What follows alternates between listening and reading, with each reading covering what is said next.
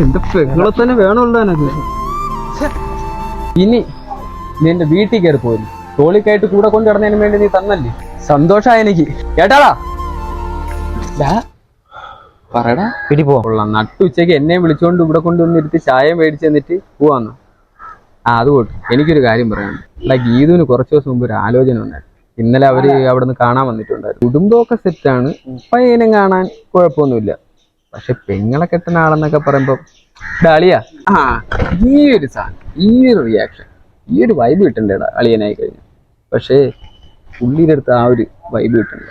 ഞാൻ നോക്കിയിട്ട് അവ അത്ര പോരാ. നിനക്ക് അവളെ കിട്ടാൻ പറ്റും. കൊച്ചിലോട്ടെ അവൾക്ക് നിനക്ക് അവളെ നല്ലോണം അറിയാം. പിന്നെ നമ്മളെ ബാച്ചില് ഇത്രയും തല്ലിപ്പുള്ളിയുടെ ഇടയിൽ നല്ലവനായിട്ട് ഇനിയല്ല വേറെ ആരുണ്ടോ? നിനക്ക് എന്നെ അവളെ കിട്ടില്ല.